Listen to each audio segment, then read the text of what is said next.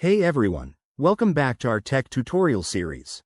Today, we're tackling something super straightforward but essential: how to sign into Facebook in 2025.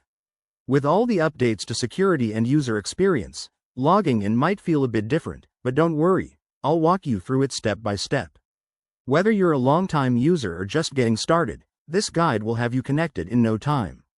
First things first, grab your device, whether it's a computer, tablet, or smartphone, and open your preferred web browser.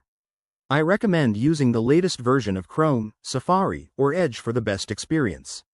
Once you're in, type in www.facebook.com into the address bar and hit enter.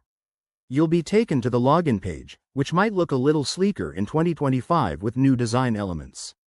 Next, look for the login fields. Enter your email address, phone number, or username in the first box, whichever you used when you created your account. Then, in the password field, type in your secure password. Remember, Facebook now emphasizes strong passwords, so if yours is outdated, consider updating it later for better security. Before you hit that login button, be prepared for possible two-factor authentication. In 2025, this is even more common to keep your account safe. If it's enabled, you'll get a code sent to your phone or email. Enter that quickly to verify.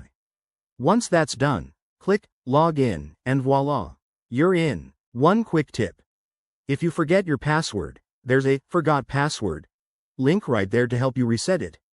Always log out when you're done, especially on shared devices, to protect your privacy.